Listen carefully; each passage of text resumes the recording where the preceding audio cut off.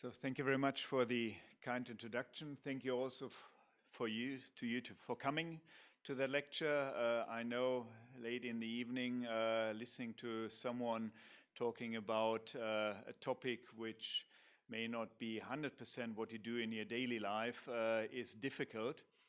The planning of the lecture is that I will give you a kind of tour de horizon of around 40 minutes on trends in international arbitration as I see them.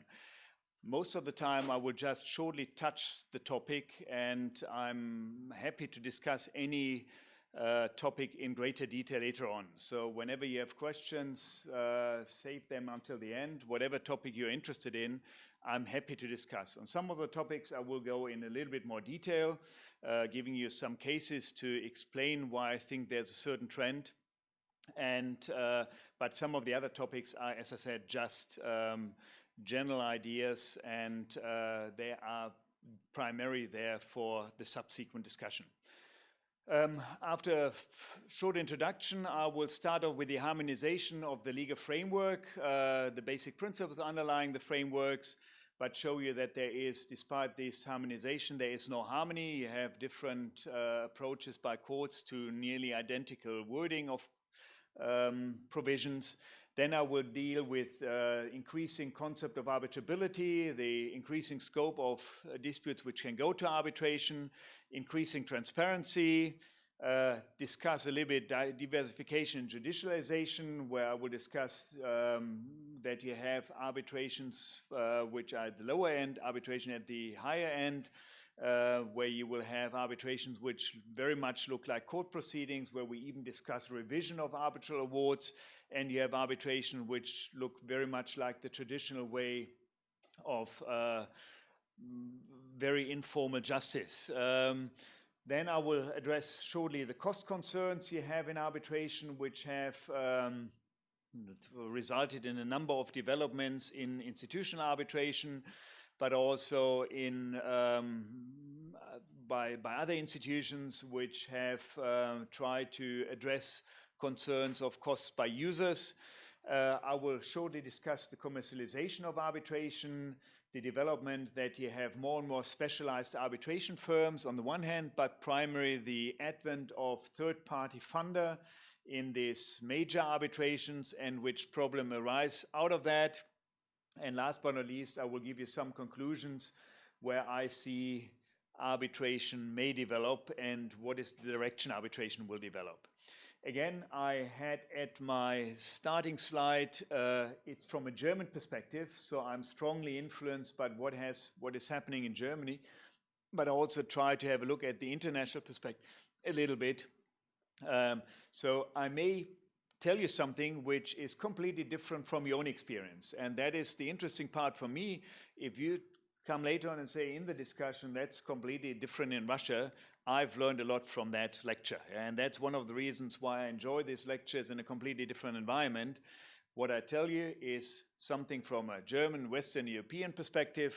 Don't hesitate to tell me that I'm utterly wrong. I have no problem with that. I'm an academic, and those of you who have participated in the mood will know that your coaches told you one thing one day, and the next day you come with a proposal where you have the impression that exactly what they asked from you, and they tell you it's utterly wrong. Yeah, turn it back to what you have written before. That is the atmosphere we want to discuss issues here. Don't quote me in any of the next mood brief that I've said something. Yeah, I won't remember that, and that is not a legal authority. It's really here for discussion purposes. Let's have a look at the... Could you move on, please, one?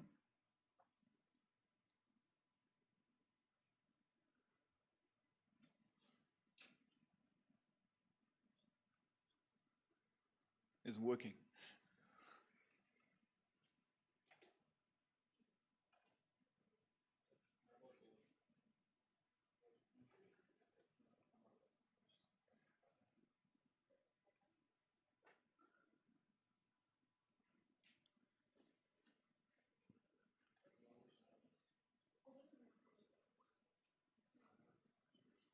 Take that off here and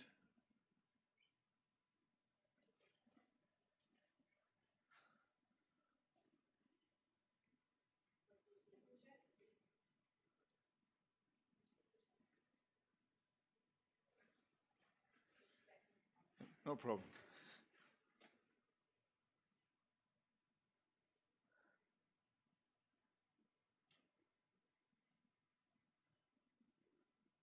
Then just do it by manually.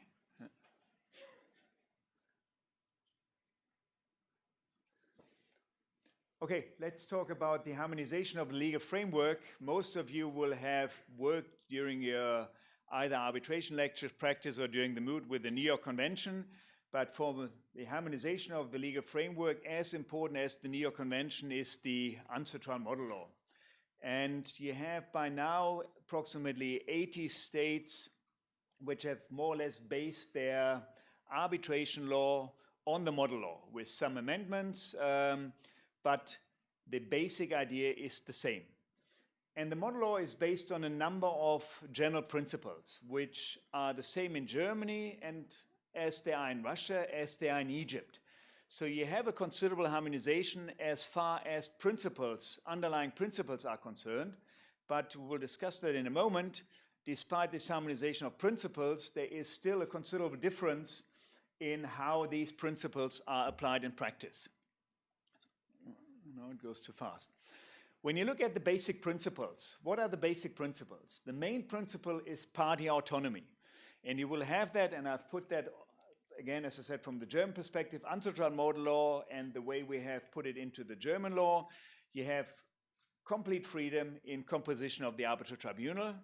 You have complete freedom in determination of the procedure. You have complete freedom in what you submit to arbitration and what not. And you also have complete freedom in what you have as the applicable law. As far as I can see, these are largely also the principles underlying the Russian arbitration law, which is also, to a certain extent, based on the ancestral model law. The Germans, when they adopted the ancestral model law, we largely made a verbatim adaptation of the model law, where only in very few areas we decided let's include something which is peculiar to German law and where we think we should deviate from the model. Otherwise, we really stuck to the wording of the model law to make it recognizable for also people or parties from different jurisdictions which are used to the model law. When we talk about party autonomy, we talk also about party autonomy, what you can submit to arbitration and how you draft your arbitration agreement. As I said, Russian law has party autonomy, German law has party autonomy. But one area where, for example, Russian law and Germany deviates despite the general principles is the treatment of what we would call asymmetrical or unilateral arbitration clauses. Unilateral arbitration clauses are the type of clauses where one party has the right to either go to arbitration or state courts, and the other party has to go to arbitration. If I'm not mistaken, there's a ruling or an expert opinion of the Russian Supreme Court from the end of last year that in Russia, these clauses are not valid. You had the Ericsson decision some years ago. There was a certain uncertainty, and the Russian Supreme Court has resolved that uncertainty, saying despite the general idea of party autonomy, we think these clauses go beyond what you can agree as between the parties. In Germany, we have a completely different approach. In Germany, the approach is it's party autonomy. If one of the party is willing to accept these type of clauses, and we have two parties which negotiate at the same level, there is probably something, an additional benefit going to the other party. They may have been willing in saying we accept the clause, but therefore we want a different clause. And it's not for the judge to unravel that deal. So we would say party autonomy also covers these type of clauses. There may be a difference if we have people not negotiating at the same level, but there's one imposing these type of clauses upon the other one. You have party autonomy, again, in Germany and in New Zealand, when we deal with the question of what happens to review of arbitral awards or the binding nature of arbitral awards, when the parties agree that they don't want to be bound by the arbitral award, but they want to have an option to go to the state court later on if one of them is unhappy with them. In New Zealand, we have a decision, and New Zealand law is again based on the model law, where they say that is not acceptable. It's not for the parties to deviate from one of the general principles of arbitration. There's a final and binding award. We don't accept these type of arbitration clauses. In Germany, we have a slightly different approach again, where we say if the binding force of an arbitral award is based on consent by the parties, it's up for the parties to say we do not want to be bound by the award if later on one of us goes to the state courts and asks for a completely new procedure. There's not control of the arbitral award, but a completely new procedure.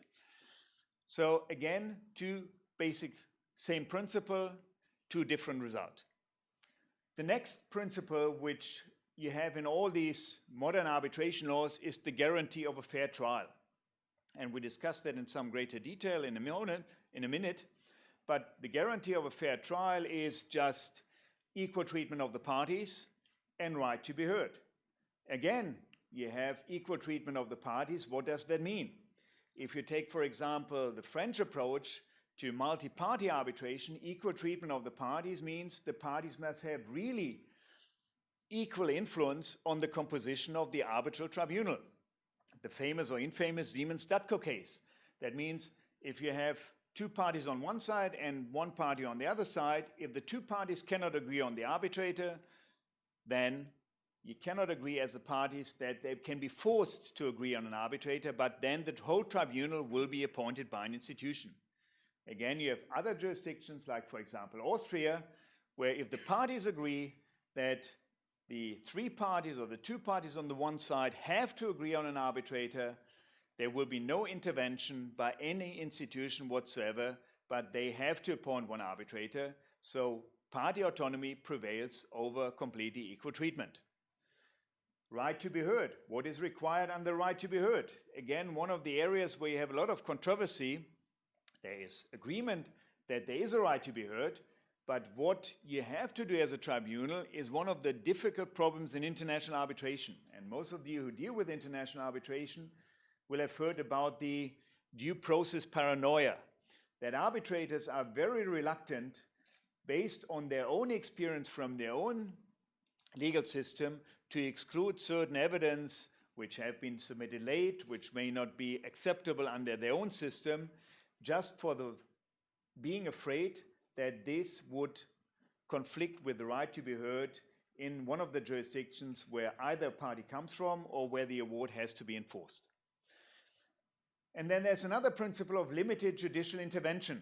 If you want to go to arbitration, you don't want the courts involved. Again, you have different approaches to that, which depends a little bit on how you see the role of the courts and how your courts operate. If you are living in a country where the courts are fairly slow, take a very arbitration-unfriendly attitude, you want to make sure that the courts have really a very limited influence on the arbitration during the arbitration. So there is no control whatsoever. If you come from a jurisdiction where the courts are arbitration-friendly, are effectively working quite well, you may take a completely different approach. Again, when the Germans adopted the Untitled model law, we have largely trust in the arbitration friendliness of the German courts and also that they operate efficiently. So we have a special procedure added to the model law where we would say if the parties deal with pathological arbitration agreement, where they're uncertain whether the arbitration agreement is valid or not, and where you have maybe different interpretations possible, you can go to the state courts to solve this uncertainty at an early stage. If we would convey that idea to a French tribunal or someone in Mexico, they would say something we do not want. We have what we call the negative competence. That means first the arbitrator decides on its own jurisdiction and then only the state courts will interfere. Nevertheless, both of them claim, Germany and France claim to be based on the same principle of limited judicial intervention. And last but not least, you have in all these new and modern arbitration laws a kind of guarantee that you can operate even without the participation of the respondent. If the respondent is not willing to appoint an arbitrator, the arbitrator will be appointed by the state courts upon the application of the claimant. If the respondent is not participating in a hearing, you can have a hearing even without that. And if the respondent is later on trying to challenge the award because they have not participated in the hearing, normally the courts will say, you had the right to be heard, you didn't exercise the right, that is not a violation of the right to be heard. Let's come to the second trend, the increasing arbitrability. For a long time you had certain areas where there was at least a dispute whether these disputes are arbitrable. Areas involved competition law, company law, and insolvency law. In all of these areas, you had either a considerable interest by the state, or you had third parties which may have been affected by the decision of an arbitral tribunal, but since arbitration is privy to the parties participating in arbitration, they had no possibility to participate. And the rationale of a lot of these limitations, and the rationale also which is underlying a lot of the extensions of the area of arbitrability, is still taken from the famous or infamous Mitsubishi case. The case was decided in 1985 by the US Supreme Court. But if you want to read one of the cases in international arbitration which is really relevant, that is a case where still today you will find a lot of ideas which are shaping arbitration culture, not only in the United States, but also in other areas. Just surely, I don't know whether every one of you knows the Mitsubishi case. Mitsubishi involved a dispute between Mitsubishi Motors, a joint venture by a Japanese and American company, and Solar Chrysler Plymouth, a Puerto Rican dealer, which was buying cars from Mitsubishi. They had a distributor agreement and a sales procedure agreement. According to the sales procedure agreement, Solar Chrysler was only allowed, was first required to buy a certain number of cars and was only allowed to sell these cars in Puerto Rico. They had an arbitration clause providing for arbitration in Japan under the law of Switzerland. There was an economic downturn. Solar was no longer able to sell the cars in Puerto Rico, and they tried to sell the cars somewhere else and didn't pay for the cars. What happened then was Mitsubishi tried to bring an action in the United States, and they brought an action to determine whether the dispute is arbitrable first. So they wanted first a decision by the state courts, because at the time there, competition law disputes were not considered to be arbitrable in the United States for various reasons. What happened then, suddenly Solar Chrysler turned around and brought a counterclaim inter alia, saying, you violated competition law. By preventing me from selling the cars outside of Puerto Rico, you split up the market. That's a violation of the Sherman Act. I have a counterclaim against you. And these claims under the Sherman Act are not arbitrable. Therefore, I should litigate everything in the US courts. And as I said, that had been the position under the US law until Mitsubishi Motors. But then Mitsubishi came, the Supreme Court came with a completely different ruling. And as I said, this is still the underlying rationale for the extension of arbitration in a majority of countries. The first thing they said, by agreeing to arbitrate, a party does not forgo the substantive rights afforded by a statute. It only submits them to a resolution in an arbitral rather than judicial forum.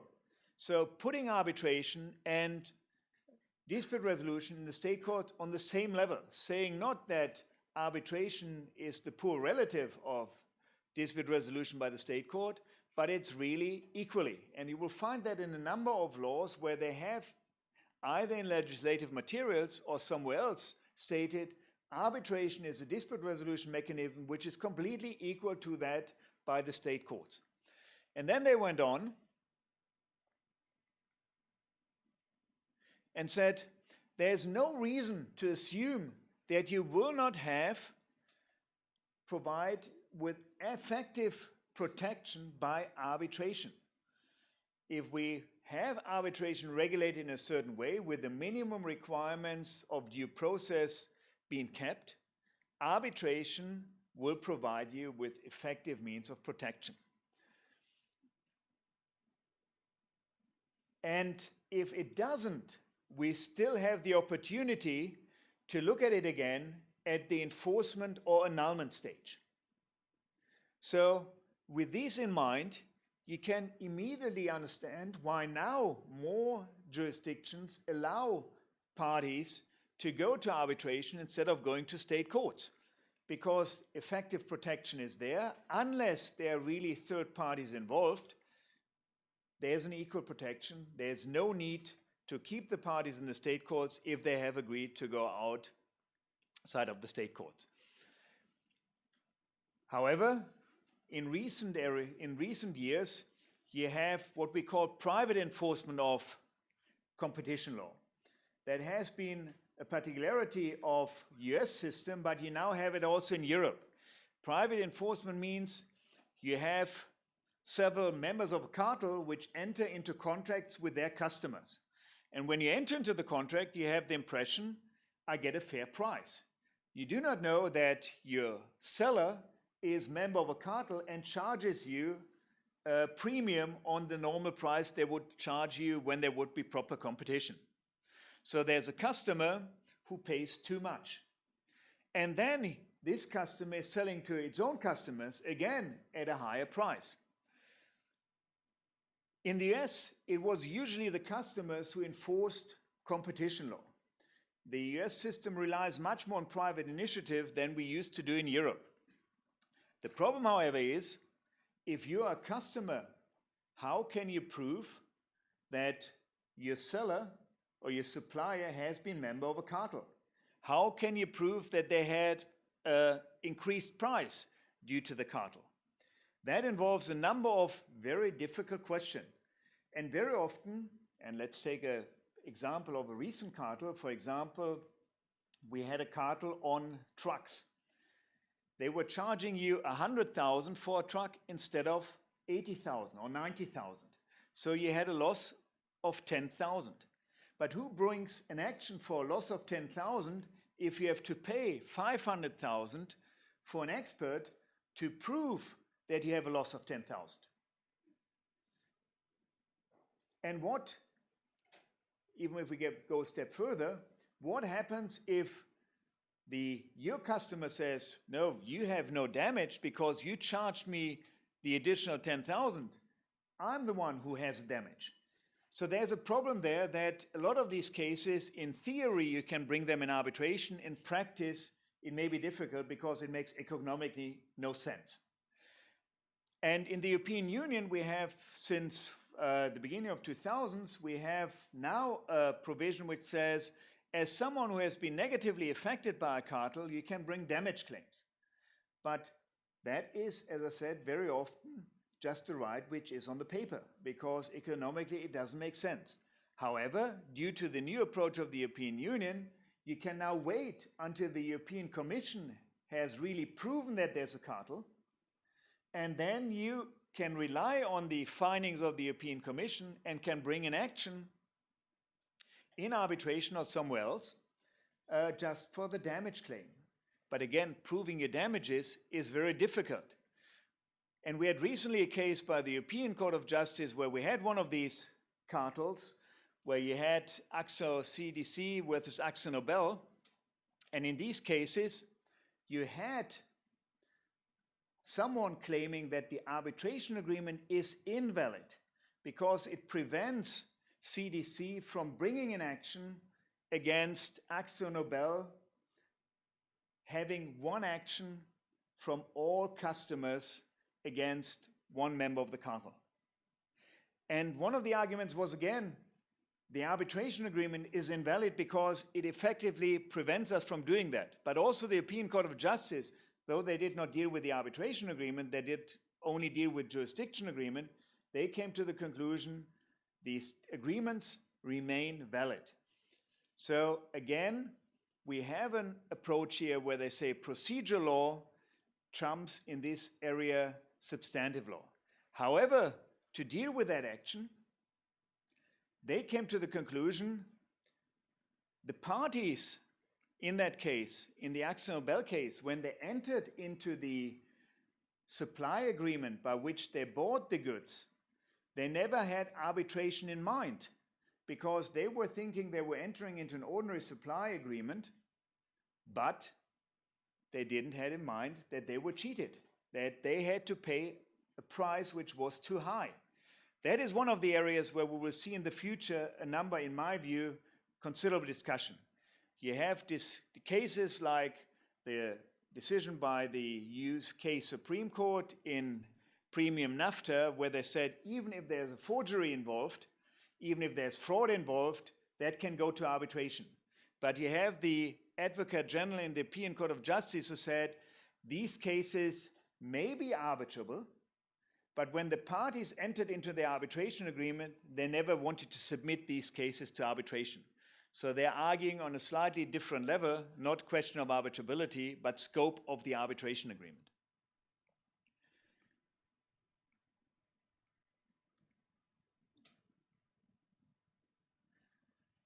Next point, increasing transparency.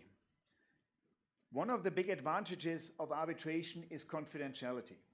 So when I talk about increasing transparency, you would ask yourself, are we not giving away one of the big advantages of arbitration? However, there has been a considerable discussions, at least in Western Europe and also in the United States and Australia, coming primarily from the area of investment arbitration, that arbitration is a secretive business. And furthermore, it's a closed shop. You always have the same people involved. You don't see who is sitting there in investment arbitration. There's always the allegation. These are all practicing lawyers, all business lawyers who have an interest that it's always the companies who win. That's an argument which at first sight looks very convincing. We may discuss that later on in the discussion whether it's really convincing or not, but when you look at it, there was considerable pressure upon the institution. And there's another issue where, in particular in the common law world, people said most of the interesting cases in certain areas of business go to arbitration. The common law is developed by case law. So how can we get new cases in new areas of law if all these cases go to arbitration and we never hear about them? And there was a considerable pressure in the general framework of having more transparency, which is really strong in Western Europe. I don't know whether you have also here public interest groups which really push for transparency everywhere, that the institution had to move to also avoid that criticism that arbitration is a secretive, closed shop business where something happens outside the eyes of the public. And the first is you had the institutions which had to, or which sometimes adopted rules to provide for good governance. I can report a little bit about the discussions in Germany, that we had the discussions, the DS, should we adopt good governance rules, yes or no? What means good governance rules? That in principle, anyone who is involved in a leading position at the DS is not allowed to take any DS cases, because that avoids the reproach that it's always the same people who decide, you give me a case, I give you a case, that is a network of people who basically foreclose the general public.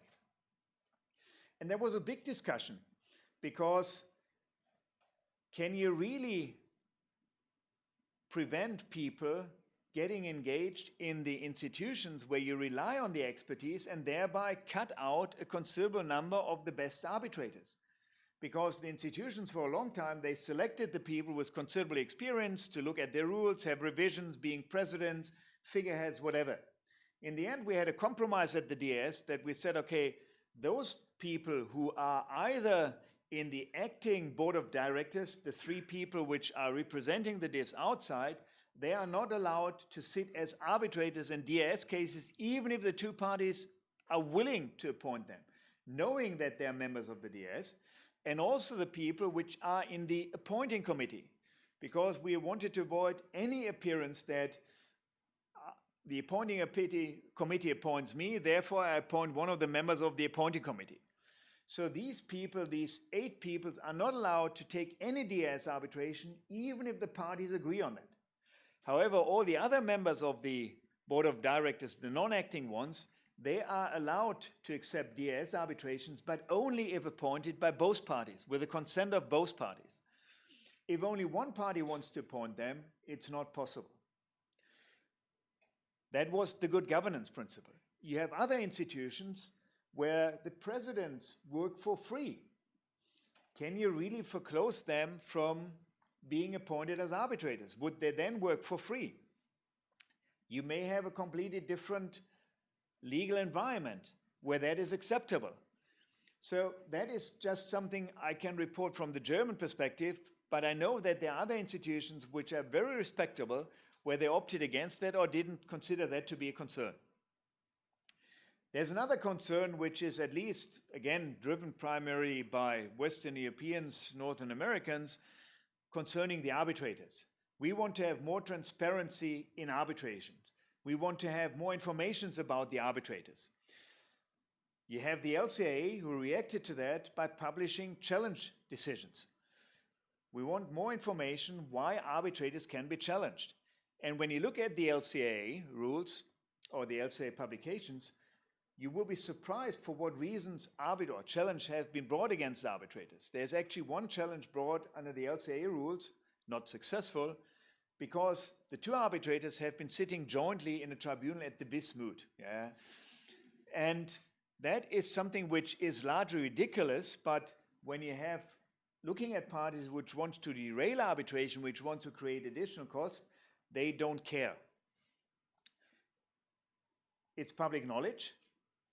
And you can be sure whenever there has been a case which has been decided that under the LCA rules they have challenged an arbitrator, that will be cited to you in another challenge. You have the ICC who is now publishing all the arbitrators which have been nominated, again to provide information who has been sitting in which cases. And the ICC even goes a step further. They now have in their newest rules that they are going to publish awards, perhaps taking the names of the parties out. If you do not object to that, they will publish awards within 2 years' time to take into account these concerns. On the other hand, if confidentiality is one of the big advantages of arbitration, maybe we are going a little bit too far, because there may be justified reasons that you have confidential information in arbitration. If you have a small industry and the award is published after 2 years, even if the names are taken out, everyone in the industry knows who has been in an arbitration. If you have certain arbitrators which have been involved in a case, the case information provided in the ICC nominations is so rudimental that if it's used for tactical challenges, it will create major obstacles, because as an arbitrator, you may not be allowed to disclose more details of the case, and a party may point to that and say, you have been appointed in that arbitration which largely involved same facts. As an arbitrator, you may be in the position for yourself to decide, and with the ICC to decide that the facts were completely different and that you shouldn't be challenged. And there's a trend I at least see in my arbitration practices. You have more and more challenges which are not based on real concerns, but are purely tactical challenges of arbitrators. And last but not least, I think very often having a confidential case is one of the big advantages of arbitration and may help parties to settle a case. The worst thing is if you have a hearing and you read the next morning a statement from the other side that you're a liar, whatever. There is no chance of a settlement whatsoever. And taking, again, an example from Germany, we had this famous or infamous toll collect arbitration, where we had the German motorways, where we wanted to collect toll for lorries using that. Everyone else has a very easy system. We wanted to have a satellite-based one. It didn't work. It took the government by surprise that the thing didn't work at the time it should work. So we lost money for 2 years until they have implemented the system. And there was a major arbitration going on for 5.3 billion between the government and a consortium of the leading German companies. Everybody involved knew that this was a case where you could only come up with a settlement. Just the amount of information, the amount of submissions, witnesses, whatever, was just unmanageable. It dragged on for 10 years because no minister had the political will and stamina really to solve that case. The moment someone said, I'm going to solve the case, I'm going to settle the case, immediately you had someone leaking it to the press, and with the press saying, you're wasting government money whatsoever. We bring a claim for, they brought a claim for nearly 8 million actually. We brought a claim for 8 million, and now you're willing to settle for 3 million. That is a waste of 5 billion of German taxpayers' money. You can explain to a lawyer that you never bring a claim which is what you really expect, that you want to have some negotiation leverage. But to explain that to the public, it's very difficult. It's very easy to accuse someone of wasting government money, and for that person to explain that they're not wasting government money, but they find a reason of settlement, it's difficult. For the lawyers, it was a paradise, because the German government paid more than 200 million in legal fees for this 10 years of procedure. That could have been easily settled if it hadn't been directly, in my view, directly in the public. Diversification, judicialization. Diversification, you have more and more disputes which really look like full-fledged litigation in the state courts. Arbitration originally started off as being a very informal dispute resolution mechanism by someone who had the trust of both parties, which came up with a commercial solution. But with the higher stakes involved, you have also parties which cannot solve the cases like that any longer, and because just the amount in dispute is too high.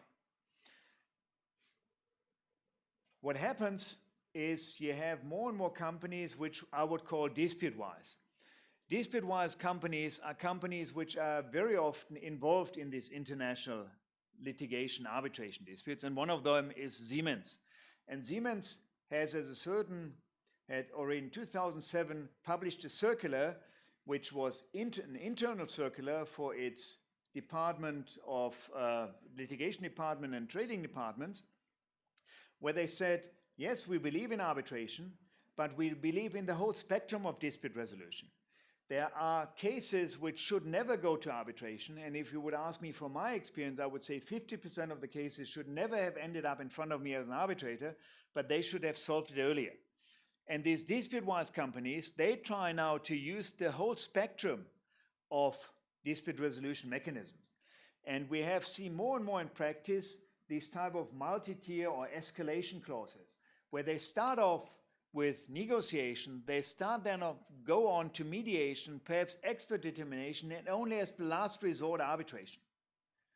And you will find cases like that is a case coming from Singapore, where you're already at the negotiation level, you have several layers. Here you have 3 layers at the negotiation level before you can go to arbitration. You first negotiate the case at the working level, then you go higher management, and then you go to top management. And this makes sense, because at the working level, you hate each other after working 5 years with each other, and the other one is never complying with commitments. And you also have no overview over what is really in the interest of the company. You look at your own project, and whenever you give in somewhere, there's an element of you screwed it up. Higher management may have a completely different perception. They may say, this is not an important area of business for us, or this is a very important client for us. Something you always have to keep in mind, every decision you take in an arbitration or litigation is in the end a commercial decision. Is it worth running the risk, or is it more important having this particular client? And the approach, and that's why I mentioned that case, in these cases was for a long time that these clauses may not be valid. And in this case, the Dataman case, you have largely every approach which you will find in practice. The arbitrator said these clauses are not valid clauses, so you can go directly to arbitration. The other negotiation stage are not valid. You cannot bind anyone to agree. Agreements to agree are invalid. Agreements to negotiate are invalid. The first instance court in Singapore said, no, these agreements are valid, but you have negotiated for 3 months at the working level. That is sufficient to show us that you cannot agree, you cannot settle the case amicably. And then you have at the end, you have the Court of Appeal who says, no, if the parties have agreed on these 3 levels of negotiations, you really have to comply with each level of negotiation. It doesn't help you that you have negotiated for 3 months. You must do it the way you have agreed before. Because when you agreed before, you had a certain thing in mind, and it's party autonomy. And you see more and more developments in that direction, that you have courts enforcing different jurisdictions these type of agreements to the letter. Second part, procedural issues. When you have a look at the procedural regulation in the antitrust model law, you will see that the conduct of arbitration is regulated in 10 articles. If you compare that with your Code of Civil Procedure or the procedure rules for the courts, if I look at the German rules again, we have more than 300 articles for that. Why is that so? Because in arbitration is largely, you have 2 rules. The parties shall be treated equally, and each party shall be given a full opportunity to present its case. Otherwise, you have complete freedom. Either the parties agree. If the parties have not agreed, it's for the arbitrators just to determine what is the most appropriate procedure. Which means that in state court proceedings, you have so much freedom for the judge. In arbitration, you have freedom like this, which makes this, in international arbitration, this case management conference at the beginning of arbitration very important, because you as an arbitrator tell the parties how you're intending to conduct the arbitration, whether you want to be here in your space of freedom or whether you want to be here in the space of freedom. But that also has led to a proliferation of rules, international rules, which try to help you to organize the arbitration in a way which is acceptable to everybody. This proliferation of rules has now already led to rules which largely contradict each other. You have, for example, for taking of evidence, you have the IBA rules on taking of evidence. And then you have, and that is driven also by Russian lawyers, you have the Prague rules, which were adopted at the end of last year, which in one important area deviate considerably from the IBA rules. That means document production. And now with this proliferation of rules, sometimes you may have contradicting rules. I'm pretty sure it will not take a long time until you have someone challenging the award because they say, we have no document production in this arbitration, while the other one invokes, no, but these are 2 civil law or 2 parties from civil law countries. Prague rules apply. That is not part of what is requested in international arbitration for a fair hearing. The type of rules we have presently, in my view, makes sense still. But you have a lot of institutions which come up with new rules to justify their existence. And we may end up in a situation where the space you have in arbitration, and which I find useful in arbitration to basically draft your procedure really according to the particular dispute, may be limited by these rules. And you may end up also in these small arbitrations where you have someone buying goods, a Russian buyer buying goods from a Belarusian party with no lawyers involved, which later on end up in an arbitration which is not an informal arbitration by someone who is taking into account that we are not dealing with a full-fledged dispute between 2 multinationals which have their own legal department, which are largely the addressees of this Prague and the IBA rules, that someone in the end, when we are at the enforcement stage, argues the IBA rules or the Prague rules are general standards.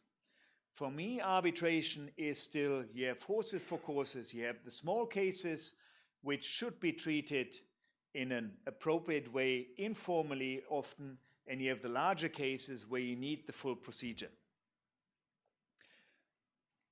Let's go further to the cost concerns. You have in the big cases sometimes the concerns that these big cases have developed into what they call offshore litigation, because they really mirror court proceedings, in particular mirror court proceedings as far as document production is concerned. And when you look at the costs involved, the document production phase is at minimum 1/3 of the overall costs are incurred at the document production phase. How do the institution try to deal with that? On the one hand, they emphasize the obligation of the tribunal to take a much more active role in an arbitration early on to get involved in case management. Perhaps to tell the parties early onwards what areas or what parts of their submissions are relevant or considered relevant, what parts are not considered relevant, to avoid that the parties concentrate on areas which are not considered to be relevant by the institution. And second, the institution tried to address the problem I mentioned before, that for the small cases, a lot of the arsenal you have in the big cases is not suitable, that they now have special rules for expedited arbitration proceedings. And these rules usually apply when the amount in dispute is below a particular threshold, and what you normally get is a sole arbitrator. However, again, these rules may lead to a number of problems, and there is a case from Singapore which shows these problems quite well. We had an arbitration clause which provided for 3 arbitrators. It was a very small dispute. Under the Singaporean arbitration rules, if you have a small dispute, the arbitration institution has the power to appoint a sole arbitrator, to apply the expedited rules, to make sure that these small cases are not heard by a 3-member tribunal in an extensive procedure, and that costs are incurred which are not justified. And here you had a conflict between party autonomy, 3 arbitrators in the arbitration agreement, and party autonomy and the involvement of the Singaporean arbitration institution, which said, under the Singaporean rules, we have the power to appoint a sole arbitrator. Singapore appointed a sole arbitrator because for them the cost concerns are one of the major concerns, and the award naturally went to challenge proceedings in Singapore. The Singaporean court said, we think the efficiency is the more important part, so this award is upheld. Yet the same approach which made it to Shanghai courts, and in Shanghai the court said, no, it's not efficiency which prevails, it's party autonomy. You agreed on 3 arbitrators. If the institution appoints a sole arbitrator, even if they're empowered to do so by their rules, that is contrary to your agreement. So that shows you a little bit how sometimes the rules trying to deal with one problem may conflict with another basic tenet of arbitration. Let's look at the last issue, with the issue of commercialization. And I'm just concentrating on the area of third-party funder. I don't know what the third-party funding market is in Russia, whether there is a market or not, but at least in Western Europe, United States, Hong Kong, whatever, you have an increasing market for third-party funding. Third-party funding means that you have someone who is largely buying your case and providing you with the funding to bring the case. There are a number of conceptual differences. For a long time, in a number of jurisdictions, you are not investing in claims of other parties. The disputes were considered to be something where you wanted to keep every third party out, and not something where you could earn money on with as a third party. That has changed with now the approach in a majority of jurisdictions. As a company, you can insure against every risk. Why should you not be able to also insure against the risk of litigation? The only problem is, if you have a third-party funder involved, which is not disclosed to anyone else, how can you as an arbitrator really make a conflict check? you may have other cases with the same third-party funder, but with completely different parties. Next question which arises, what happens if the party who has been funded wins? Can I ask for reimbursement of the costs I paid to the third-party funder? What happens if the third-party funder is willing to fund my claim, but is not willing to fund me reimbursing the other party if I lose? So there are a number of questions which have arisen, and there's so far a first report by a task force from ICA, the International Council for Commercial Arbitration, and Queen Mary, where they tried to look at the problems and try to give some guidelines. However, that is a process which has just begun, and a process which has been driven largely by the common law world and the interest there. So the idea is, if you have a third-party funder, you have at least to disclose the involvement of a third-party funder. Second, if you have a third-party funder involved, this is not a ground to grant security for costs, meaning that a respondent then may ask, the third-party funder shows that the claimant has no money to pay the cost if they lose, therefore I want security for cost. And there's another issue where they said, we cannot have a clear position, is what do we do with the costs of a third-party funding? And last but not least, other development, at least in Europe and North America, the backlash against investment arbitration. You have considerable criticism against investment arbitration, against involvement of arbitrators, commercial arbitrators, which bring claims against the state. If you ask me, I'm not involved as an investment arbitrator in any of these cases, but I think that is hypocrisy. We have just been at the wrong side of the gun. I can very well understand that someone who is an investor from outside has no trust in the German courts. Personally, I would say the German courts are excellent, but if you're an outsider, you may not feel comfortable being in the courts of a country against which you bring a claim. However, there has been a very well-orchestrated public campaign against, at the time, TTIP, then CETA, and now you have a discussion where my children ask me, don't disclose to our friends that you do arbitration. 10 years ago, they said you can disclose that because all their friends thought arbitration, the German word for arbitration, is identical to the referee in football games. So they were always asking me, oh, you're a football referee. Now they say, if you say you do arbitration, our friends will immediately abandon us because you do something which has a very bad reputation. Will that have an impact on commercial arbitration?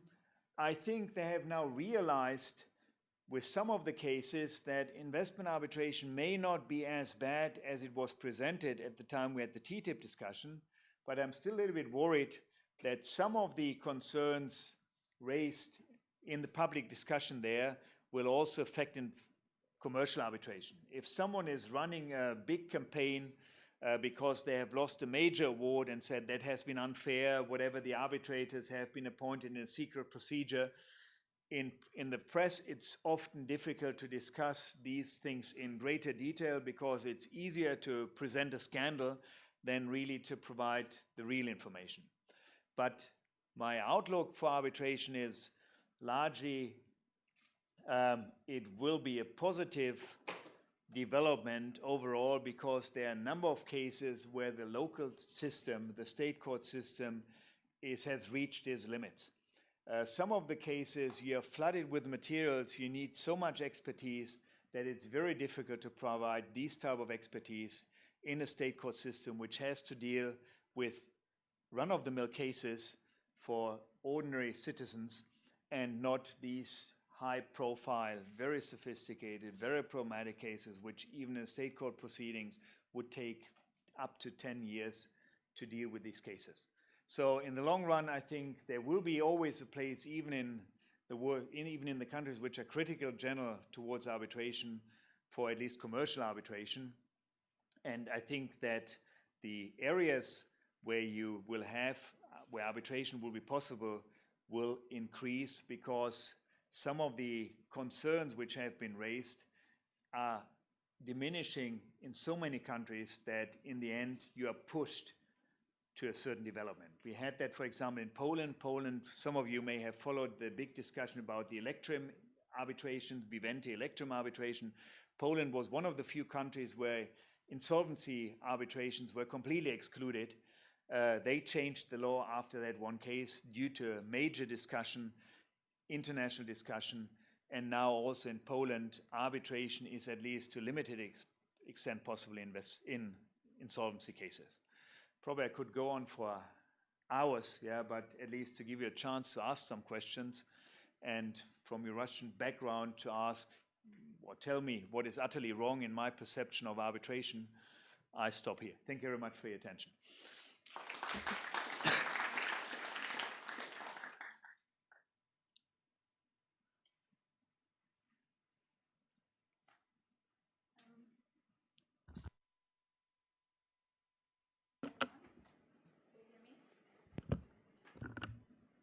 Hey, yeah. So we will be moderating this Q&A session for you. First, regarding the lecture, if you have any immediate questions now, please don't hesitate to ask them now, because afterwards we will proceed with our questions that we have prepared. Sure.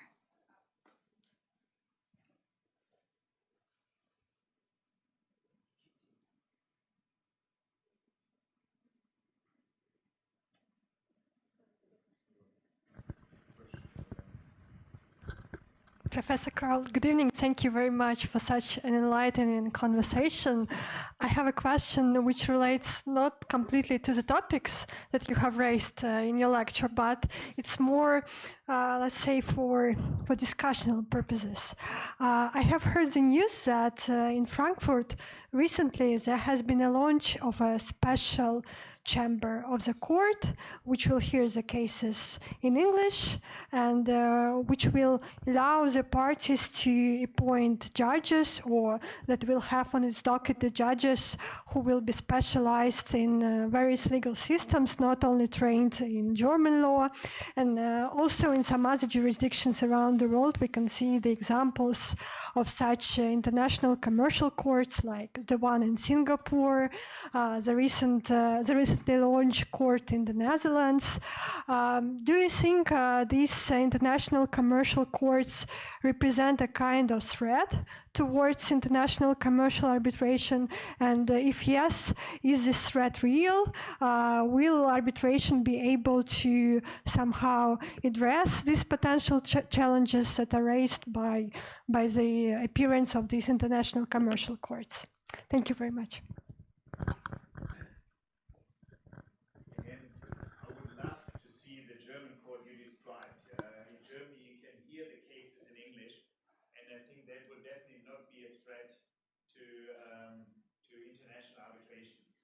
The only court I know of, the way they are structured, which is pretty close to arbitration, is the Singapore court. But even there, you're not completely free in appointing your judges. You have to select certain judges, and you have considerable freedom in taking the procedure, but that will not happen in Germany, neither in other parts of Western Europe, where they stick closely to the traditional court system. The Netherlands have gone fairly far with their courts with the new courts they try to establish. But I think there are so many benefits still for arbitration that there are there's sufficient cases which will have to go to arbitration.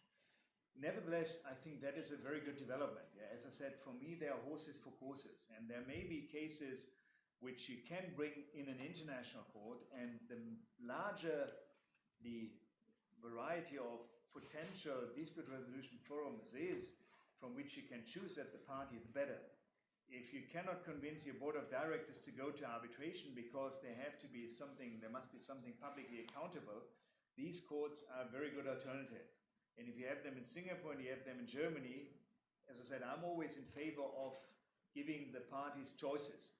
That, however, requires that you really have experienced parties and experienced lawyers who can advise them on the benefits of the various dispute resolution mechanisms. And that's what I meant with this professionalization of dispute resolution. You have more and more boutiques which are really doing nothing but international dispute resolution. And I think it's necessary to really understand the benefits and downside of each particular system. We had another question, right?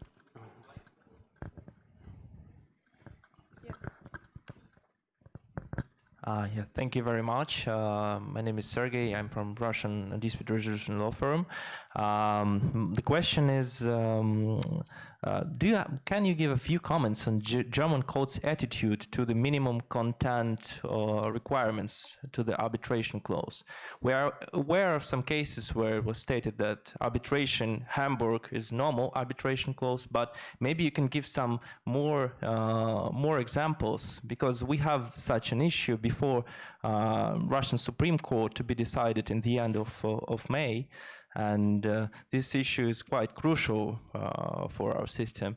And my second question is, are you aware of any cases where tribunals in Germany applied state procedural rules by analogy in case of the arbitration rules applicable do not contain relevant provisions? Thank you. You mentioned already arbitration Hamburg is a valid arbitration clause in Germany. So it means if you look at the German law and if you look at the antitrust law, there's a definition what constitutes an arbitration agreement. An arbitration agreement is an agreement that you refer your dispute to arbitration instead of the state court. If you say arbitration and you interpret that provision, it means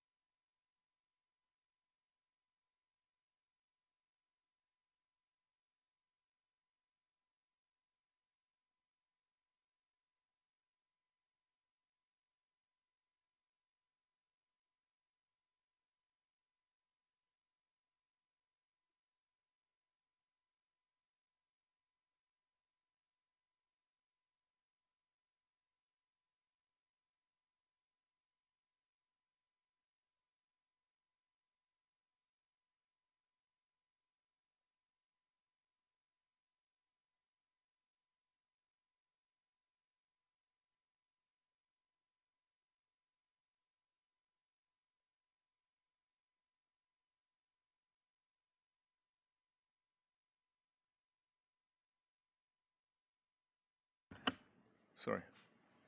The argument very often is that if you are not able really to agree on a particular institution and then come to me and tell me this institution is really relevant for your decision, if it's relevant for your decision, you will probably be able to copy their model clause. If you later on come and take an opportunistic behavior saying, I only wanted ICC arbitration, while the other one said, I only wanted DS arbitration.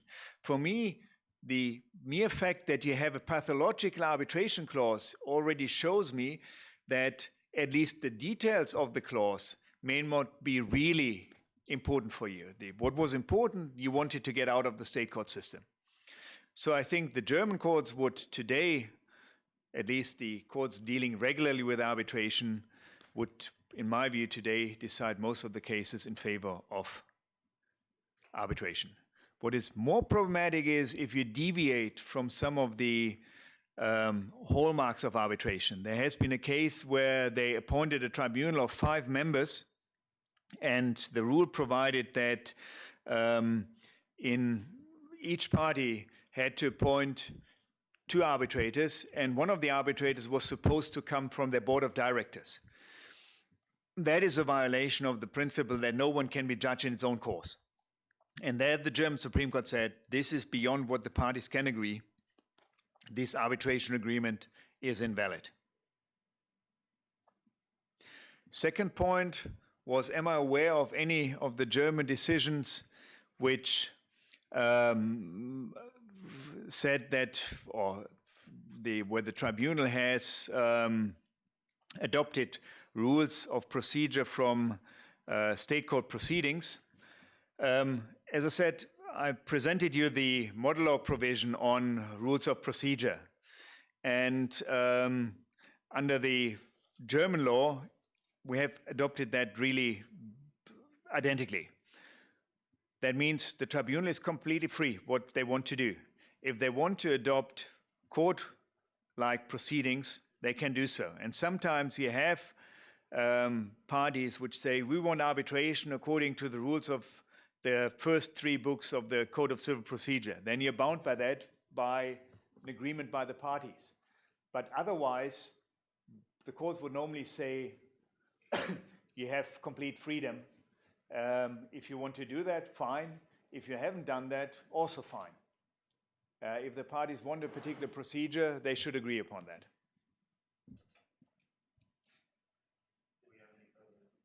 Do we have any further questions from the room? Okay, then building on the first question. Okay, some of the points raised in the lecture as well.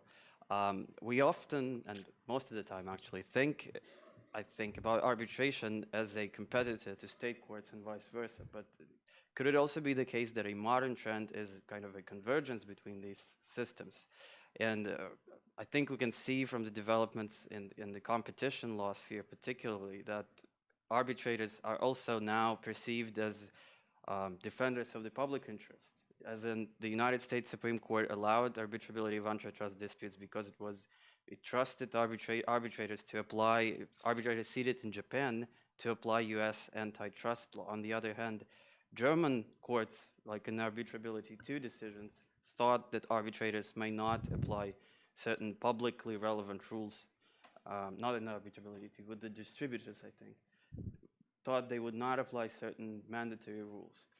So, and we can also see that parties sometimes want to have state court-like features, such as appellate proceedings.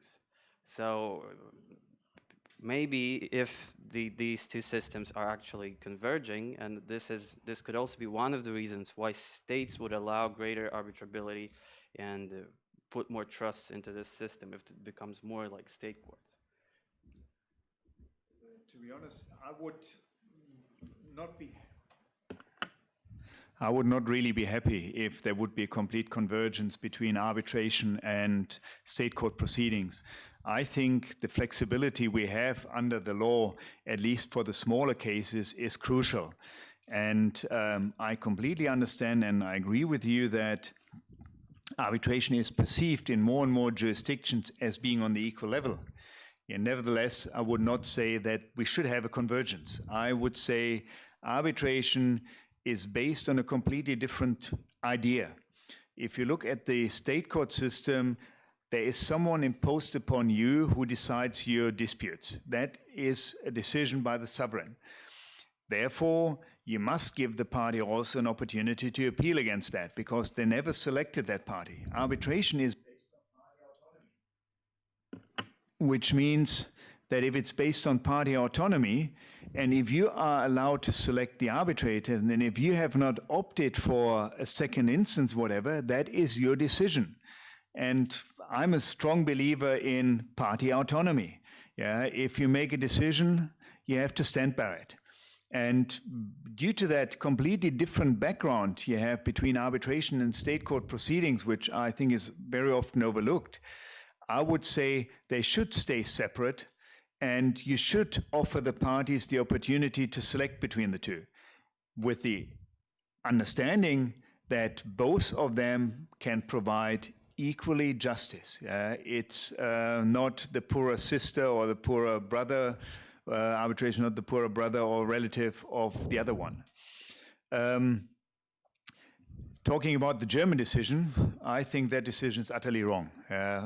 So that would be my take on that.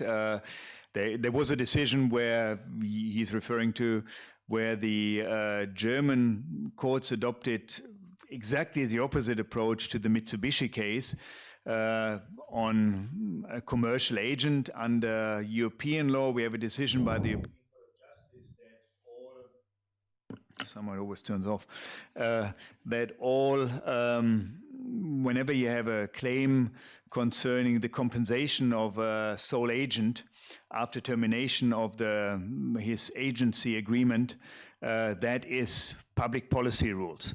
And we had a case where the provided for, in a dispute between a German and American company, they provided for American law to be applicable to this agency agreement.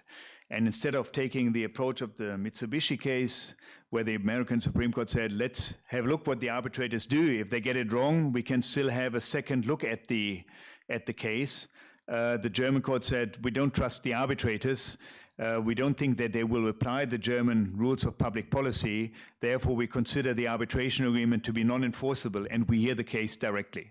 As I said, I think that decision is utterly wrong, but it is there, and probably, I'm not sure whether the European Court of Justice would have decided differently. So the next question also concerns two competing realms of arbitration, transparency, and confidentiality, which you have previously addressed as well. So you mostly advocated for confidentiality for various reasons, like commercial parties may be more inclined to submit their dispute to arbitration, or they will be more willing to reach an amicable solution when the arbitration is confidential. But at the same point, what about the development of law, right? Because if the arbitration is confidential, then other parties, other maybe arbitrators, judges won't see how particular issues are decided. So maybe that would be something that would outweigh this consideration. Don't get me wrong. Yeah, when I said here, when I advocated for confidentiality, is normally wherever you go, everyone talks about transparency. Yeah, so normally when we'd have a podium discussion here, I would really be the outlier. So normally everyone agrees on transparency. I just want to tell you there may be grounds why confidentiality may play a role. Now let's come to the development of the law.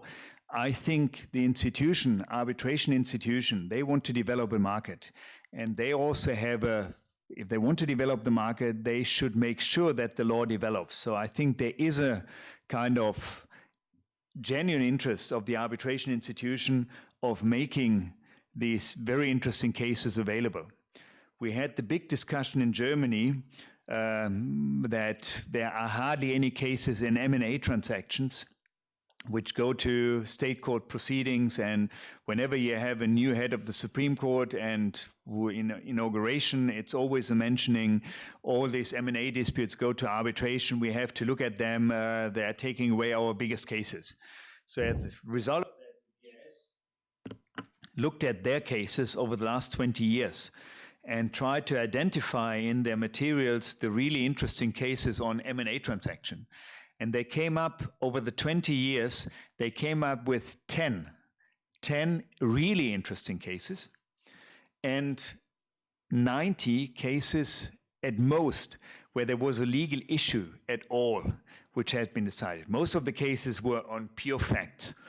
So they tried to look at try to summarize them, anonymize them, and then approach the parties. And the funny thing is, some of the biggest advocates of transparency, whatever, were in these companies, and they didn't consent to the publication. So in the end, the whole publication project turned out to be, let's give a summary of what may be there, but not giving any cases out. So I think that's very often overstated, that you have development of the law is hampered by the few cases going to arbitration.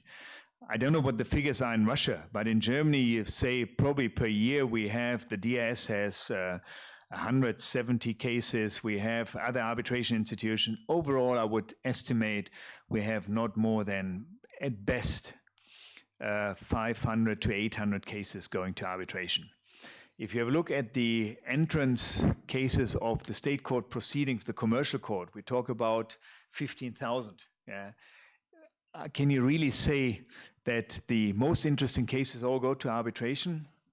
When I see a number of the arbitration cases of these 500 we have, are very small cases about the involvement in Dog Breeders Association or whatever. So there are probably 50 cases per year, which are economically very interesting and also may involve interesting legal questions. But I think you have to do something on transparency because, as I said, if you want to keep the system as an institution, you must make sure that everywhere where you can avoid any possible allegations of being not open, avoid them. Yeah, so I'm a big fan of the DS good governance rules. Yeah, I think it's odd if you have someone who is in the has a high role in the institution, maybe appointed by one of the parties. It always gives a bad taste. Yeah, when you say, okay, if he or she is challenged, yeah, the institution will never challenge him or her. Yeah, because they are a big number in the institution. That only works if both parties really appoint that party and know that we're waiving. It's a little bit like the waivable red list of the IBA rules on conflict. And I also think that if there's information available, more information available on who is sitting where and what cases, that may be helpful. Presently, the information is available in the big arbitration firms. They have their databases, some of which may not be any longer compatible with the privacy directive of the European Union, but they exist and make it incredibly difficult for other people to ask for advice. However, I'm one of the person I always would tell a client, call the institution. They are a service provider. They may not give you a particular name, but they can at least give you certain names. And if you have a reputable institution, they will help you with the selection of arbitrators. And you have initiatives, for example, from the ICC, which says, if you have more than 15 cases, we're not appointing you anymore. Yeah, because there is a limited amount of time you can devote to the case. In principle, I've sat with arbitrators who had more than 30 cases. But do you think that the confidentiality of arbitration affects the way arbitrators perceive their own role? Because in Russia, I've talked to several lawyers who maybe went to arbitration, and then they were of the opinion that arbitrators tend to just cut the award in half, not to kind of offend any party. They're not afraid that their kind of reasoning will get published, and so they kind of see arbitration more as like an amiable competitor without exact agreeing. On the other hand, I've also spoken to one arbitrator who said that for him it's most important to establish who's the bad guy in arbitration in terms of good faith, and then you'll find the legal principle. So in that sense, that again brings kind of to the idea of this amiable compositor being hidden behind confidentiality of arbitration. Do you think that's a valid concern? I can only talk about myself, yeah, and I can tell you that I might have written some awards differently if they had been published. Why? As I said, I'm doing primary commercial arbitration, and in commercial arbitration, I see my role as someone trying to solve the dispute between the two parties. If you sit in an arbitration and you hear the two parties discussing the case, at a certain point in time you realize there are certain points which are really crucial for a particular party. When you later on render your award, in my view, your obligation is to render an enforceable award, which means an award which does not require any enforcement action, but which is acceptable to the losing party. You're writing the award primary for the losing party. The winning party just looks at the last page, says, great, 10 million, yeah, for what reason, I don't care. The losing party will want to know, why have I lost my case? And we had 2 or 3 of the cases where I would say you had 2 legal arguments. There was a strong one, there was a weak one. And we applied the weak one. Why? Because with a strong one, we had the impression that from the hearing we had, if we would have relied on the strong argument, what the legal argument we would have considered stronger, that would have really annoyed that particular party. We couldn't understand why they had this approach, but that was at least our understanding of what they had there. And the funny thing, in one of the cases, I had been party-appointed arbitrator, but I largely wrote the award in that case, and I had been appointed by the other party, largely by the losing party, and the losing party, and then you who drafted the award. The losing party came again and appointed me thereafter in another arbitration, where you say, okay, they at least realized that we had an issue, and in that arbitration we had a huge discussion with the ICC, because the ICC said you have written something into the award. Most of you know that the ICC, you submit a draft award, the ICC has a complete shadow file, and then they come back to you and say, could you please change that and that? Could you reconsider that and that? And they came back and said, could you reconsider your statement, that particular statement? That is not really necessary for the award. And we said, yes, it is not really necessary for the award, but we think it's necessary for the case to tell the party, we understand that you have been affected, that you have been really badly affected, but largely it's the wrong party you bring the claim against. And the ICC sent it back twice to us, and we insisted twice on keeping it in. And in the end, as I said, the losing party appointed me directly in a case thereafter again. If you have a publication, if I want to have that award published, I would have not put my name under that award, because I think the other legal argument was much stronger. I would have relied on the stronger award, on the stronger argument, but in the end, it would have been maybe a weaker award. And that's what I always tell my students or PhD students: when you read an award, you must keep in mind that you may have 3 arbitrators sitting there, which come from different background, which may not disclose every detail in the case or in the description of the what happened. Because sometimes you have the impression one of the witnesses is a clear liar. If you have someone there, and some of the people, you can understand why they lie, because they are under considerable pressure. What you do in an award, you just don't give any major weight to that. But that may weaken the award, and you may not see it in the award. A lot of the deliberation is not always disclosed in the award. And again, very often, it's a compromise in the end. When you sit there and you have 3 people, and very often you have areas which are gray, where you would say, maybe if you agree here with the 2 of us, we can agree on the other principle with you. Because again, what the parties are interested in the end, it's not a legal treatise. It's not to develop the law. They're interested in the outcome, in the commercial outcome. And it may make a difference whether you have to pay 10 million or whether you have to pay 5 million. And the one arbitrator, which may have at a certain point in time said, no, I have a completely different view, will say, okay, it's only 5 million. I'm now exaggerating, if it's only that amount, I'm willing to subscribe to that. The moment you have an arbitrator who writes a dissent, you can be sure that there is probably a challenge coming to the award later on, because very often these dissenting opinions are kind of indication this award is not really convincing. So I think it will affect at least my drafting. I would then, to protect the reputation, I would just say, okay, I'm going with the legal principles. And that is one of the big discussions we actually have in investment arbitration. What is your role as an investment arbitrator? Are you developing the law, or are you deciding the dispute between the 2 parties? And you have 2 schools of thought. One say you develop the law, you have to take that into account as well. And others say, why are you doing that? Why should the parties pay for the development of the law? They want their case decided. So don't care about the law, decide the case according to its merits. So moving forward, You also addressed the third-party funding, which is very popular now. People are talking always about third-party funding. Task forces are created. Talking or There is actually a platform. Yeah. Yes. Yeah. So I was just wondering.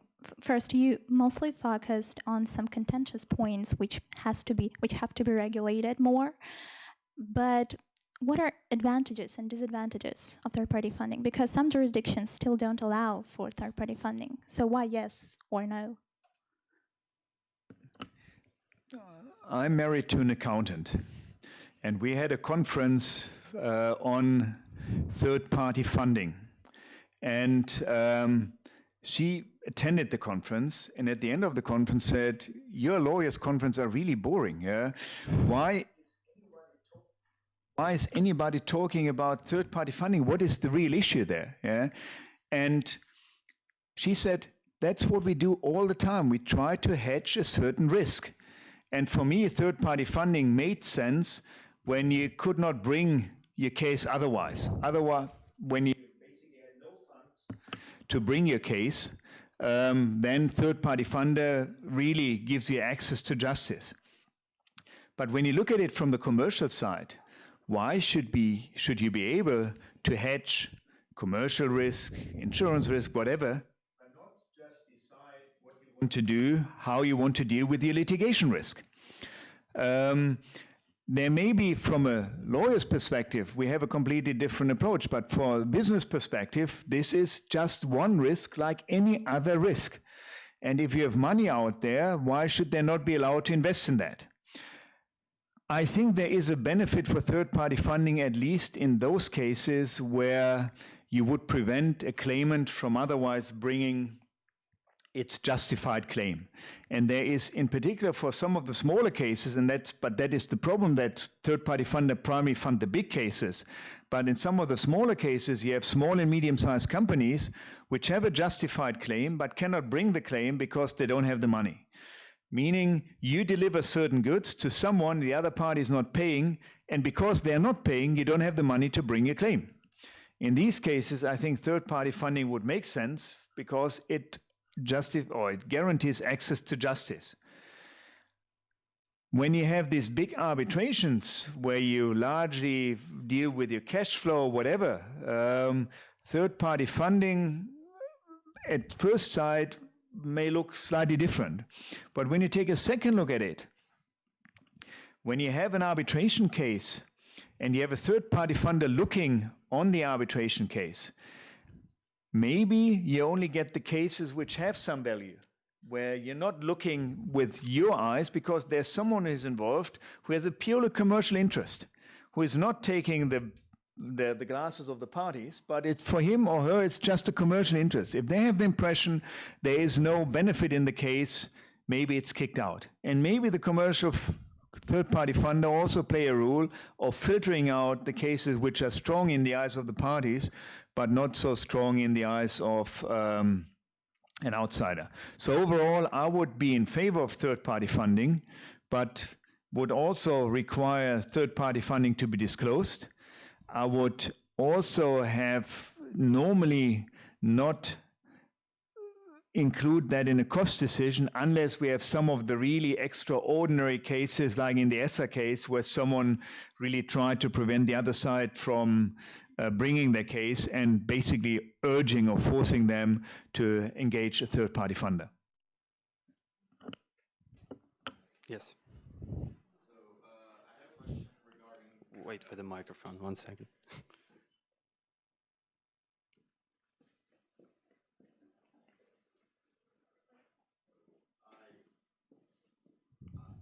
Is it not working? I'll just speak loudly. I have a question regarding what could be qualified as third-party funding, because it's not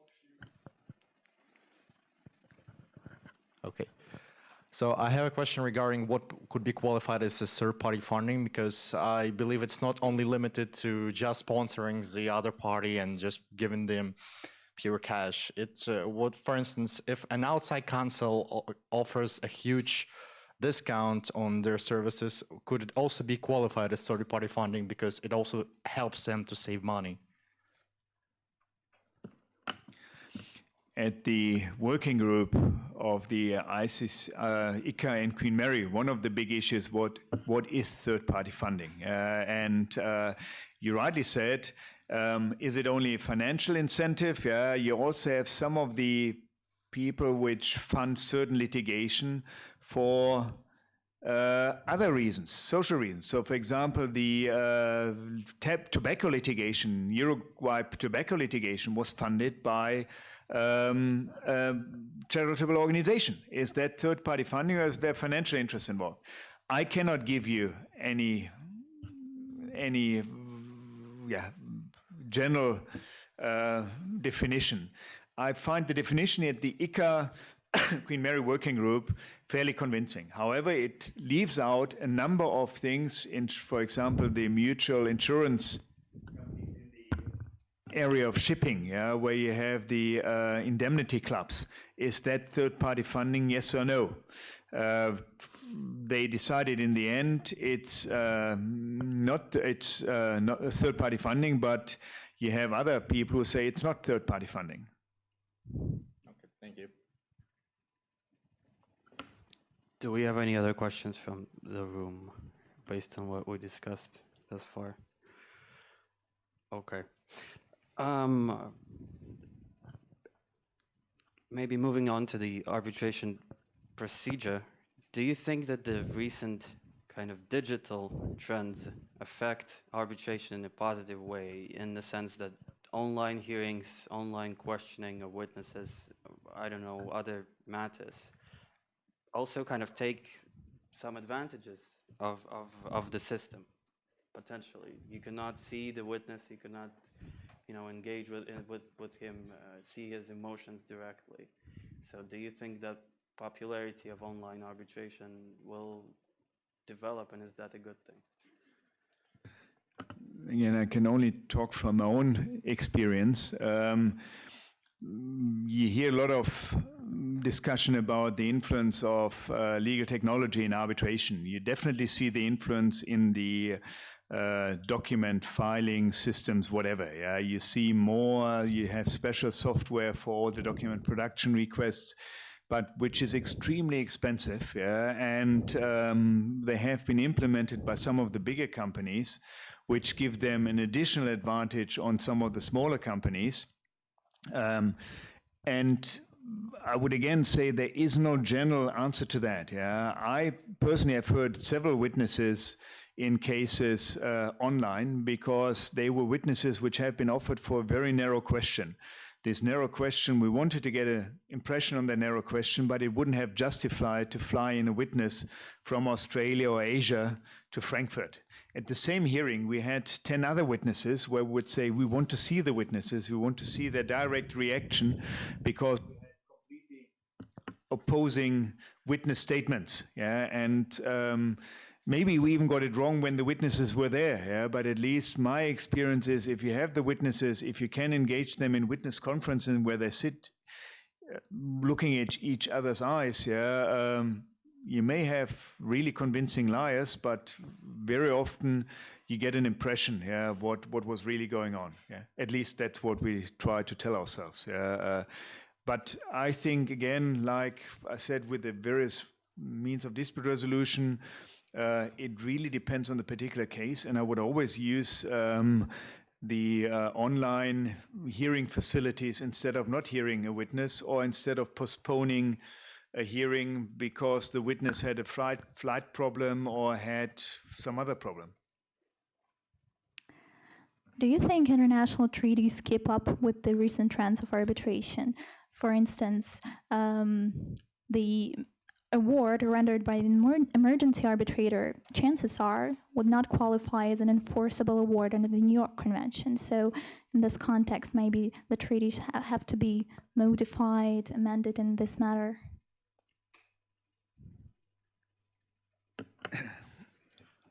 I wouldn't modify the New York Convention. If I would modify something, I would modify the local arbitration laws, which very often provide, like, for example, Article 17 of the Ancestral Model Law for the enforcement of interim relief granted by an arbitral tribunal. An emergency arbitrator decision is, in my view, something different than award, proper award. And I can tell you from own experience, I've been an emergency arbitrator in one of the Stockholm Chamber of Commerce cases, where I basically worked around the clock just to change my ruling in the third oral hearing we had, when I had already half written the award, and in the end I was still not very happy with the award. In the end, the parties were really unhappy with the award, but they settled after a week. So both of them, when you hear the lawyers, they said they got it utterly wrong, but at least they settled. It's when you in that case, largely we had the amount in dispute was 500 million. Yeah, you cannot decide on 500 million in a week. That is completely impossible. And if there had been enforcement mechanisms like the New York Convention, whatever, I'm not sure whether they would have settled. Yeah, it may have been a little bit due to the fact that it was unclear how you enforce that they reached a settlement later on. I think it would be good to have enforcement mechanism, but I wouldn't take the New York Convention. I would go more for the enforcement mechanisms under the local law, because also the rules on investment or on emergency arbitrators are so different. Stockholm gives you 5 days, ICC gives you 15 days. Yeah, that is already something completely different ballgame. But do you also think that these changes and developments in arbitration, such as emergency arbitrator, summary dismissals, which financial institutions often want to throw cases out, do they also warrant some kind of a transformation of the arbitral procedure given Article 6 of the European Convention? As if you can summarily dismiss a case, then you need to have an appeal of some kind, and things of that nature. That would have been other topics I would have discussed under judicialization of arbitration. I think the emergency arbitrator is a very good invention because it provides you with arbitral interim relief at an early stage. And for me, the emergency arbitrator also is a very good tool to prevent that the arbitral tribunal itself has at an early stage to decide upon applications for interim relief. Normally, the application for interim relief would come at such an early stage that if you have to position yourself as an arbitral tribunal, you will definitely be perceived by one of the parties as either prejudging the case or whatever. So I think the idea of having someone else decide the case on a preliminary basis is much more appealing to me than having the tribunal dealing with that at the early stage. The dismissal issue, I have a completely different view. I think arbitration is something different, and I'm not sure whether I've ever seen a case which could have been dealt with summary dismissal. Yeah, it's that you have often that is a question of in the general discussion coming primarily from investment arbitration, where they say we want states who have a claim brought against them by an investor which is so utterly wrong, whatever. But put yourself into the shoes of the investor. When do you bring an action against the state? When largely that's the last resort. When you bring an action against the state, you cannot invest in that state for the next 10 years, probably. And that investors who have already lost their investment somehow, just say, okay, we throw additional money after that for an easy case. I'm not sure whether I've seen that, but I'm happy if someone tells me. I know of a lot of cases where summary dismissal would have made sense. For me, when we have summary dismissal, definitely we would need an appeal decision, because you can get it utterly wrong as a tribunal. But my view is, if you agree to arbitration, you agree to give the other party a proper chance of bringing their case, and I would just trust that in 99% of the cases, parties who bring a case have really a case, at least they think they have a case, and then they should get a full hearing. I'm not sure whether for the 1% or 0.1% of the cases we should change the rules. My belief is still hard cases make bad law. So now we would like to talk more about you. So tell us about your occupation as of now and which of the realms you like better and for what. What am I doing? I would like to spend 50% of my time doing academic work. That means largely teaching, Wismut, other things, and the other 50% devoted to arbitration practice. Presently, it doesn't work that way. I have too much arbitration work, unwanted arbitration work, in a way that I cut down the number of cases, but some of the cases which I have accepted turned out to be, allegedly, were just contract interpretation, and we ended up in quagmires of European competition law and IP law, where I'm definitely not an expert in, so it takes much more time away than I want. But I think, in particular, if you want to teach arbitration, you need some practical experience as well, because a lot of the things are really from your own experience, and also a lot of the moot cases are coming from practical experience I have seen in my own cases. And it's a very fascinating area of law, where you have largely everything which involves, in international cases, being conflict of laws, being comparative law and procedure law, whatever. So for me, it's one of the most interesting areas of law, also due to the international element. But I think one of the areas of law where you really need a practical understanding, not to look at an award, just how can they really deal with, how can they come to that conclusion, but trying to understand how you reach sometimes these conclusions which are there, and also explain the students that very often also in the arbitration cases you have a kind of commercial background. For me, and that is one of my general starting and ending points of my lectures is, as a lawyer, we have to understand, in the end, it's a commercial decision. Do I bring the case? Do I settle somewhere? Do I enforce an award? Or do I renegotiate issues? As a lawyer, your view is, or your role is primarily showing the risks.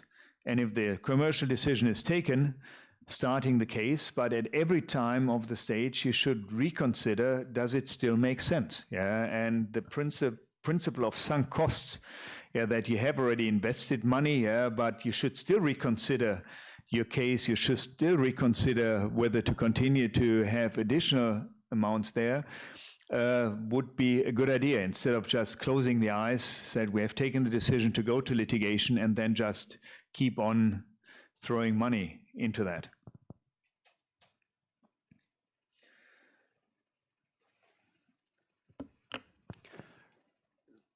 So in your work as an arbitrator, do you sometimes feel kind of bound by your previous academic work? And have you ever been challenged based on your academic maybe findings?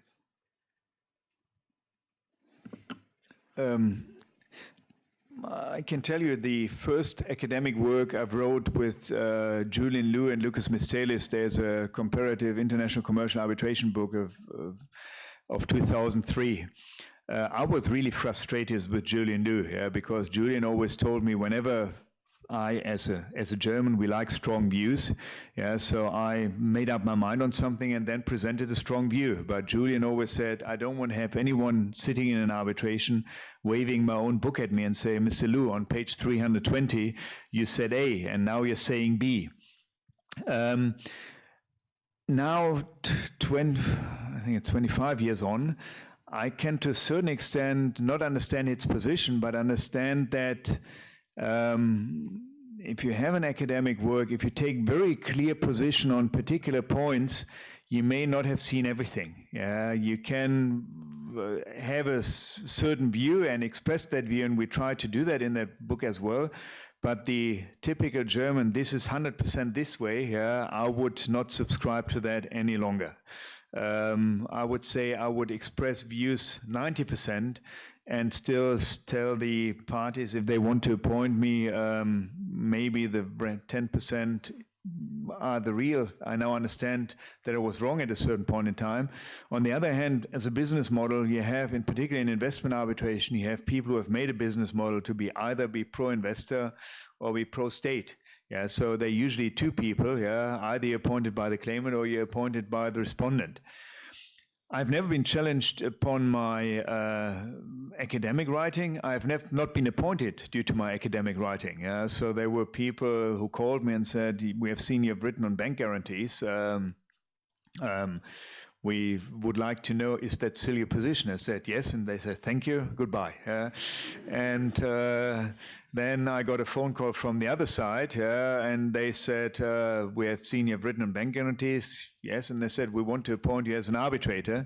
And naturally, the other party immediately opposed. In the end, they settled the case. Yeah. But you see, sometimes whatever you write, I wouldn't compromise in my academic work due to my interest getting cases. As I said, I have never been challenged on that one, but I know there have been challenges out there where colleagues have been challenged on much lower grounds. Yeah, someone is a serial editor of a series, and then one of a PhD students has published in the series, and they challenged him because he's, as the editor of the series, allegedly has endorsed the views of the PhD student of someone else who has published in the series. If you want to be difficult, you can be difficult. But I wouldn't look at my academic work. That wouldn't influence me on that one. Unfortunately, we have a very limited time, so we would like to ask you a couple of brief questions regarding Wismut, of which you've been the director since 2012.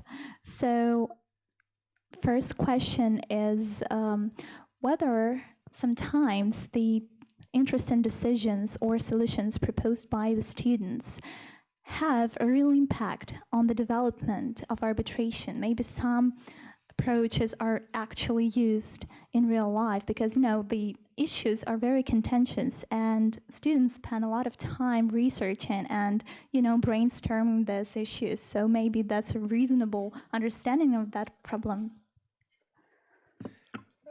Very good point.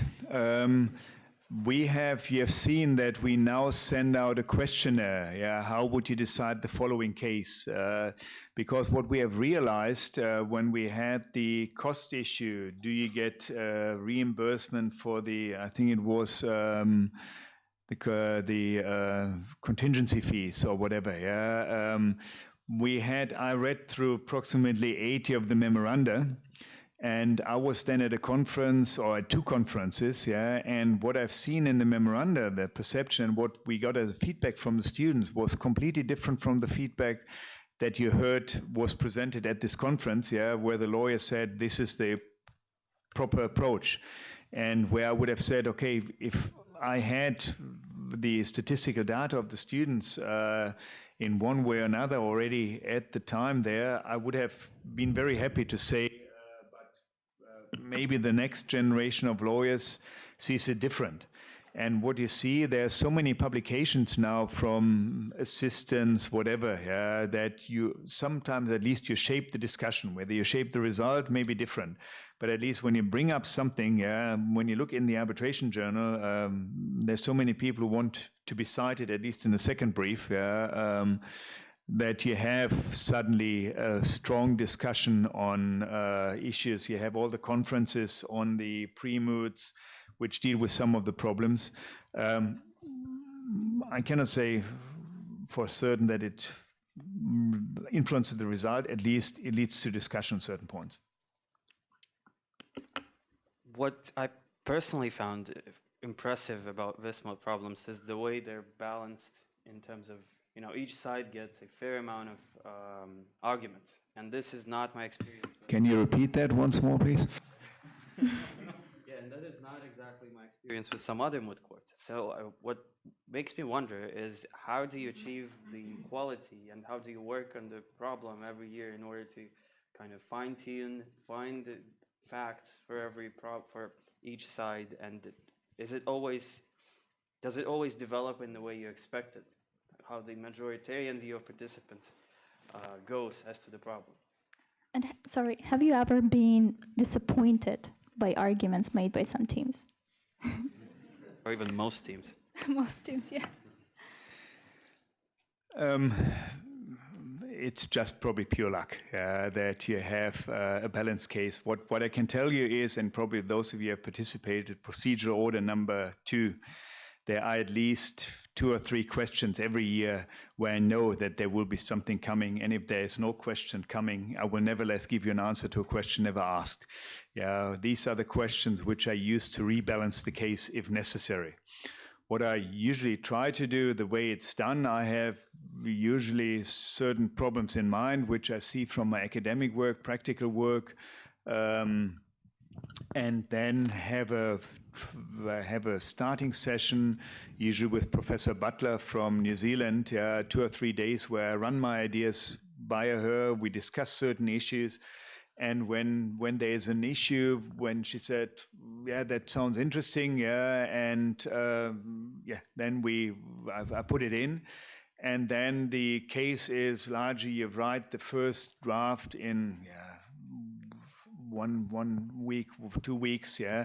And then from that time onwards, you just add a word here, take a word out there, yeah, look at certain things which you could include somehow. But in the end, you're not 100% sure. Sorry. You're not 100% sure what comes out of that. There are some questions where, in particular, the commercial issues are very often not really covered by the students. Yeah? For example, this year, the calculation was wrong. No one looked at it. When you had the discussion there, the calculation of the overheads, if you have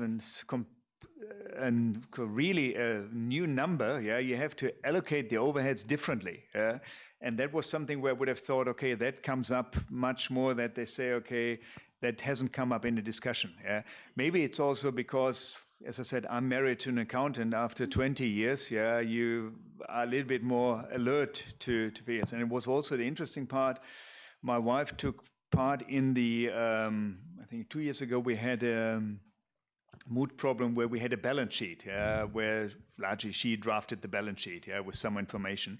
And then there was the mediation mood. And she said in the mediation mood and said she was really surprised about the comments of the mediators, because most mediators were lawyers and they looked at things completely differently. And we had already at that stage when we drafted the balance sheet, there was, for the mediation mood, we had a kind of area where you could really settle the case, where you had an area where one party was not losing something and the other party was as well off as it would have been if the circumstances hadn't changed. And the only person who had seen that was Michael McElvraz from GE, one of the in-house people from GE, which is much more focused on not the legal issues, but much more focused on the other issues.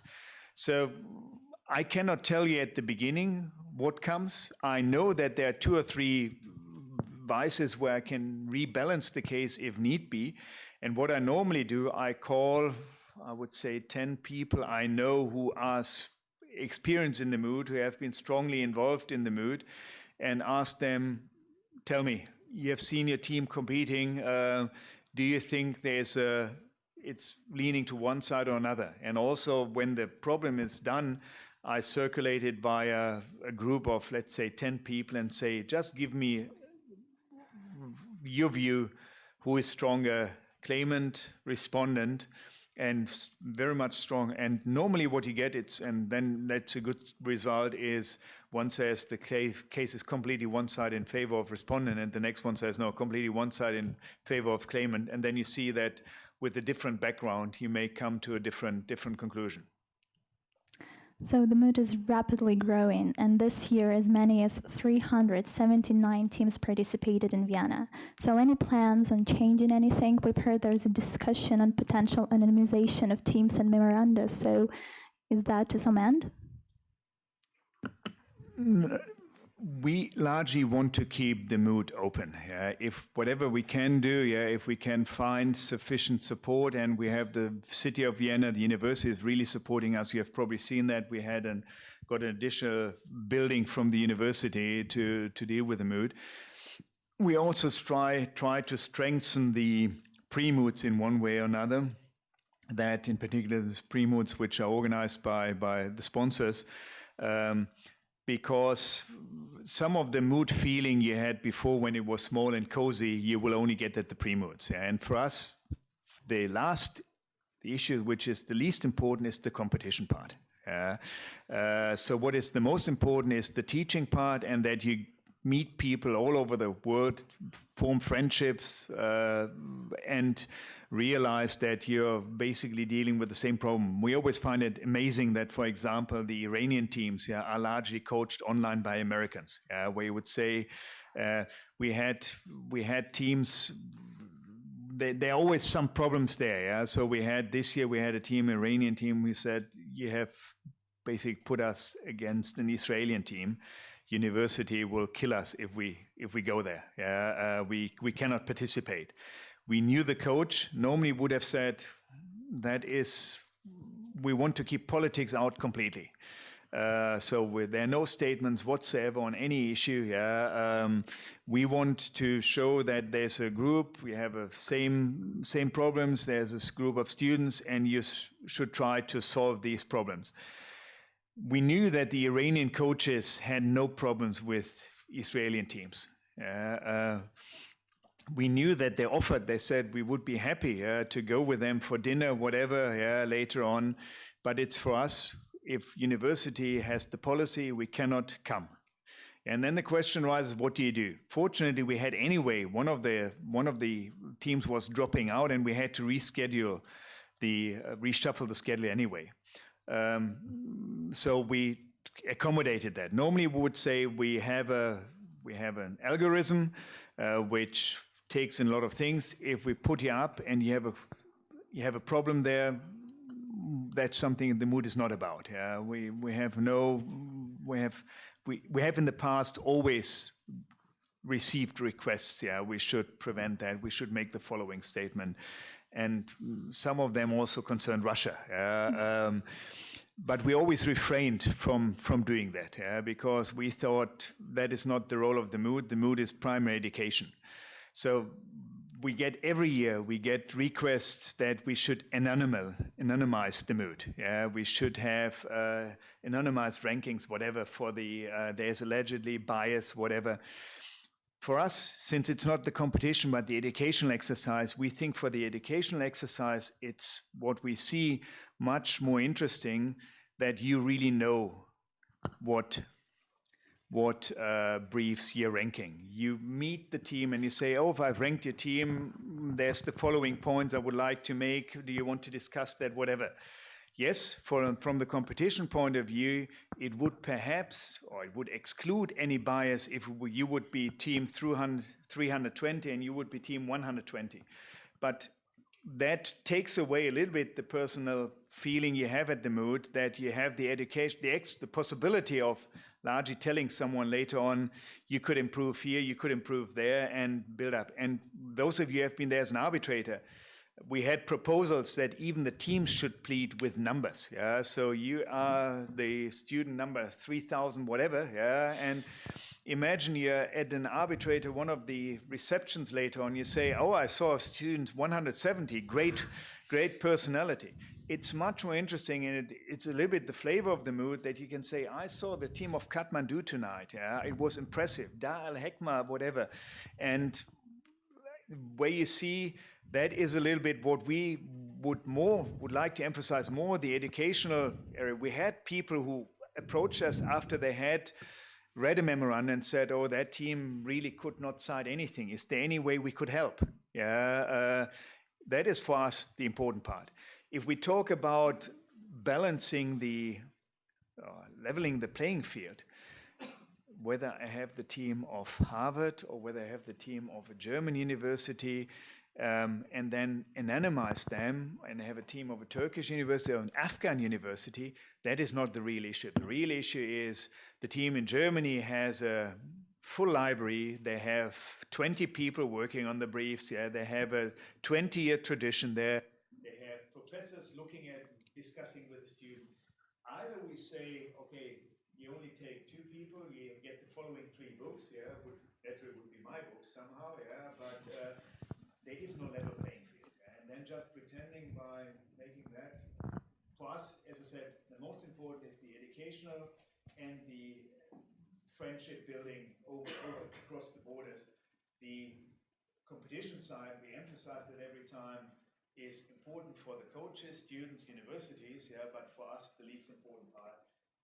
And if we have to forgo certain benefits for the education side to have we would always opt for the educational side. As I said, we try to keep it open, yeah, but at a certain point in time, it may not work, and then we have to reconsider that. But we also encourage teams, if you compete in one competition in the Wis East, we would probably first limit, say, take either the Wis East or the Wis Vienna. But so far, we still can take another 50 teams approximately. Still, we have to. And maybe the city of Vienna builds new buildings. Yeah? Many Wismut alumni then wish to have a career in arbitration, and maybe you could provide some advice as to how to develop in that field. Should you get an LLM in arbitration, or a general LLM, as Gary Bourne, for instance, suggested when he came to Moscow? He said arbitration specialized LLM is worse than a general LLM. And how do you choose the specific university?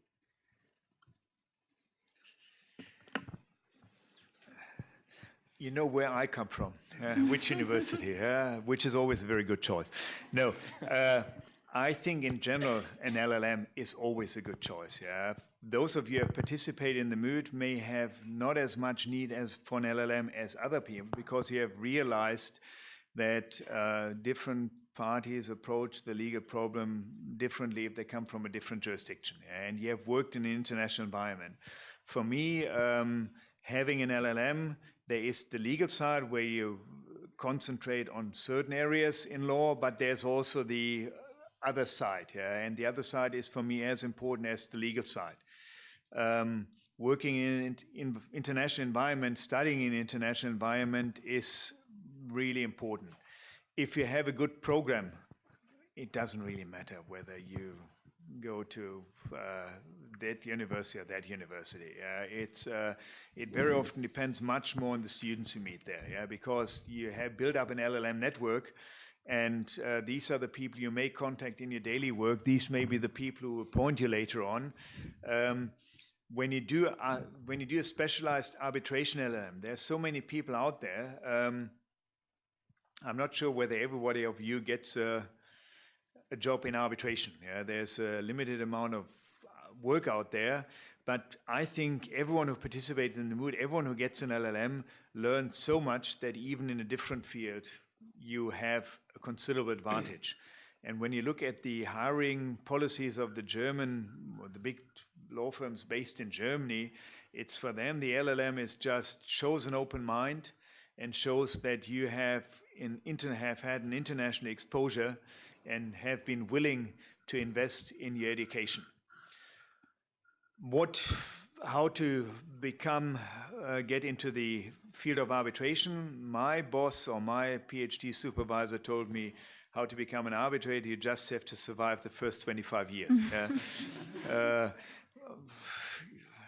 Then he said, the next thing he said, you marry rich. That gives you a sufficient amount to survive the first 25 years. That has changed as well, because institutions appoint more younger people now, because they have realized arbitration will die if we always appoint the same people. Yeah? It will die for its success here, because we run into time problems. And for smaller cases, this is the best training part for younger colleagues. I would get involved in the young arbitration groups you have there. I would try to publish certain things. There is so much interest out there in developments in Russia, and most of us cannot read anything because it's in Russian and we don't speak any Russian. So if you summarize cases for United Answer Trial, they would be happy for that. If you summarize cases, you have all the different blocks, whatever. You always see the same people on the blocks. And even if you cannot publish under your name, if you publish it with a partner's name, at least someone has heard the name. And those people who, if you can publish with a partner, everyone knows who has written the part. It's primarily the young associate. And if you take that into account, you will remember the names. And that is, how do you appoint arbitrators? You go to a conference, there's a question coming, can you nominate a number of arbitrators? And you said, okay, I met him 2 weeks ago. You remember that person. If you have not seen that person for a long time, they will not be in the forefront of your first idea, whom you appoint there. And I can tell you from the own experience, I had my first 5 cases when I was listed in one of these big listings at, I think it was Who is Who, as one of the leading German arbitrators with 5 cases. The people had just read what I've written. They had heard the name, and no one is interested in saying, I don't know anyone. So they just mention the people they have read about, or you have turned down cases, and they think, okay, he must have so many cases that he can turn down cases, which was just due to other work commitments. But my view is that the appointments you get is probably from your community. If I know you, probably I will not give you any appointments because the cases I see are probably beyond what you would get as a first appointment.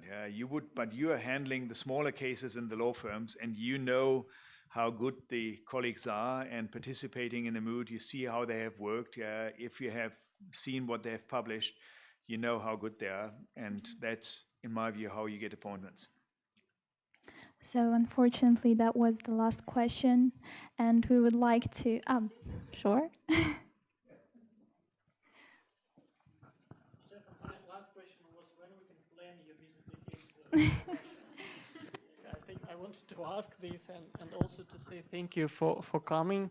As I always say to Professor Kröll, that he's a very popular man in Russia, maybe more popular as he knows and could imagine, I would say. So I would say also thank you very much for all to you to come and to organize this event to the center, and for sure to our moderators of the discussion for this, I think, excellent and very deep discussion. So I hope that just the first step for our knowledge, deep knowledge on arbitration, how it should looks like. And thank you for your advices and for your very good things which we now, our Russian students and Russian young practitioners could know, and they could now have the goals in their professional career. Thank you for that. So thank you for listening. I'm not used to having so many people staying so long. Normally, in some of the countries, they consider it to be against human rights if they have to sit as a student more than an hour. So I really enjoyed it. Thanks a lot. Thank you.